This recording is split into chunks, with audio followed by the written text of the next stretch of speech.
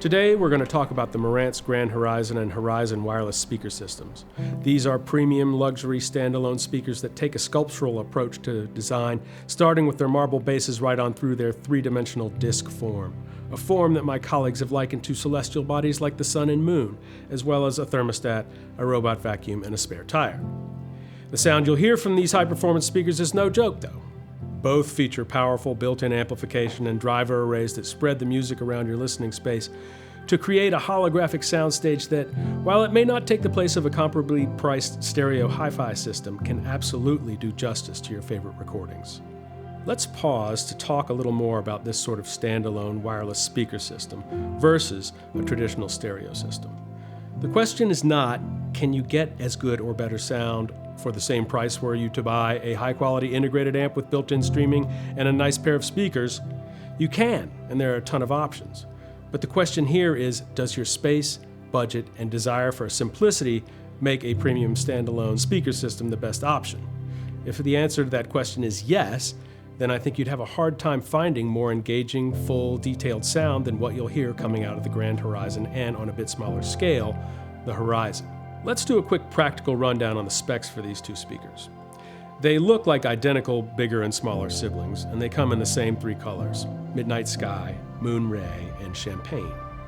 Both models share the same wireless features. That includes the HEOS platform that makes it easy to access free or subscription services like Pandora Music and Amazon Music HD.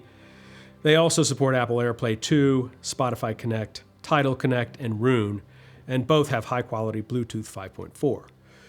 They've also got the same streamlined but versatile wired inputs, including stereo RCA, HDMI eARC, and Toslink optical, plus a USB-C port for playing music from a compatible storage drive.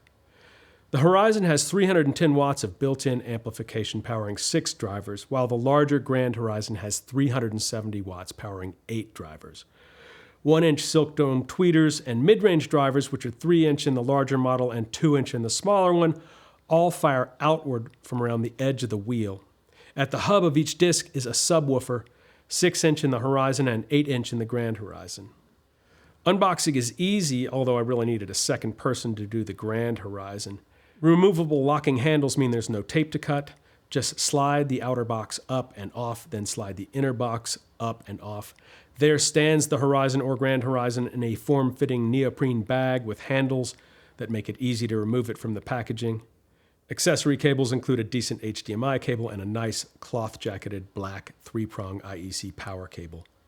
In both cases, I didn't look at the instructions for setup. I powered them up and did something that everyone should do when powering up new smart home gear.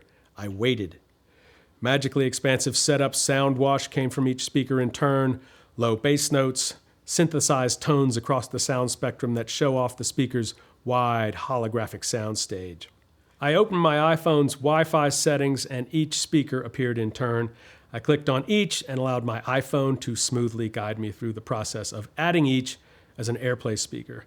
Then I opened my streaming music service app, Qobuz, and selected first the Grand Horizon and then the Horizon as AirPlay speakers, and I listened.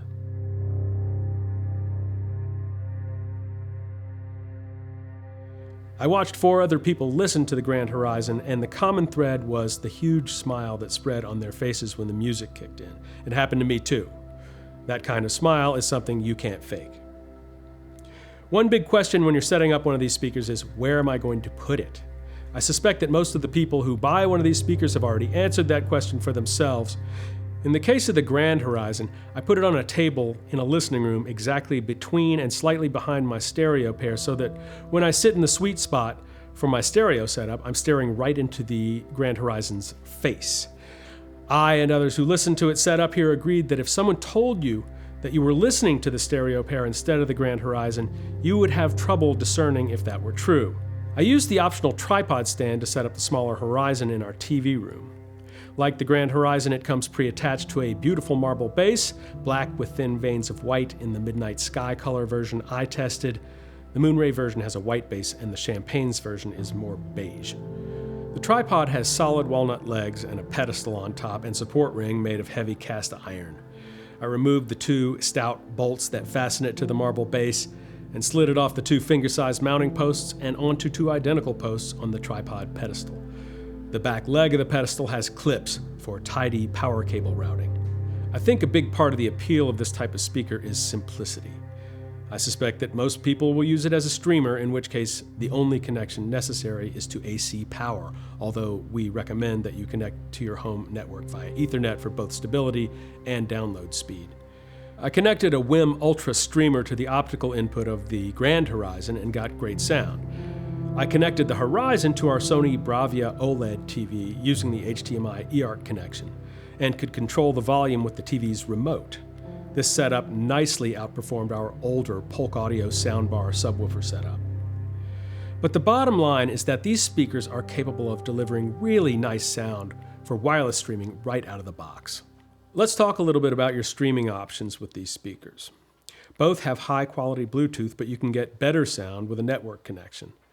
I'm an Apple user and I love AirPlay, and these speakers work with Apple AirPlay 2, which lets you stream to and sync multiple compatible players.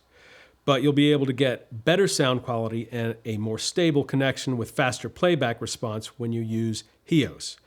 It lets you add compatible music services, and if you use HEOS, you can group it and control it with other HEOS players, which include a lot of Denon and Marantz components. These Marantz speakers also work with Spotify Connect and Tidal Connect, which give you the responsiveness and sound quality of HEOS from right within those apps. So you've got the perfect spot. You know you want a nice, high-fidelity, standalone music player. Maybe your spot is so specific that this form factor is the only answer because it looks like nothing we've ever seen in a wireless speaker. Except maybe the Devialet Mania and Phantom 1. Our customers love their sound, and the smaller Mania is also portable. The Phantom 1 can play lower frequencies than the Grand Horizon, but with fewer drivers than either of the Marantz speakers, its imaging might not be as clear. The Devialets also don't have as much connectivity, just an optical input, and you don't get HEOS or any other proprietary multi-room control. In the more traditional kind of table radio design, you might consider the McIntosh RS250, which I tested at home around the time of its release. It sounds incredible, and it has more versatile wired inputs than the Marantz's, including a phono input. It also adds Google Cast to its streaming options, but lacks HEOS.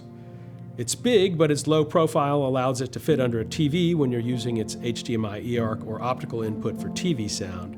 It's also less expensive than the Grand Horizon and on paper, more powerful. And it's got classic blue output meters on the front panel for that classic Macintosh look. But again, I think you'll hear a more spacious soundstage from either Marantz. But as we've seen, part of the appeal of the Grand Horizon and Horizon is their unique design. Marantz set out to do something different, and I and people who heard it at my house think it sounds impressive. You hear it and you can't help but smile. Yes, they're expensive, but it's hard to imagine exceeding the sound quality given the physical limitations of this or any comparably priced standalone speaker's design. And build quality feels really substantial, and it's backed by a 5-year warranty from Marantz. In short, if one of these speakers seems like exactly what you've been looking for, it probably is. If you've got any questions about either the Grand Horizon or Horizon, get in touch with us here at Crutchfield.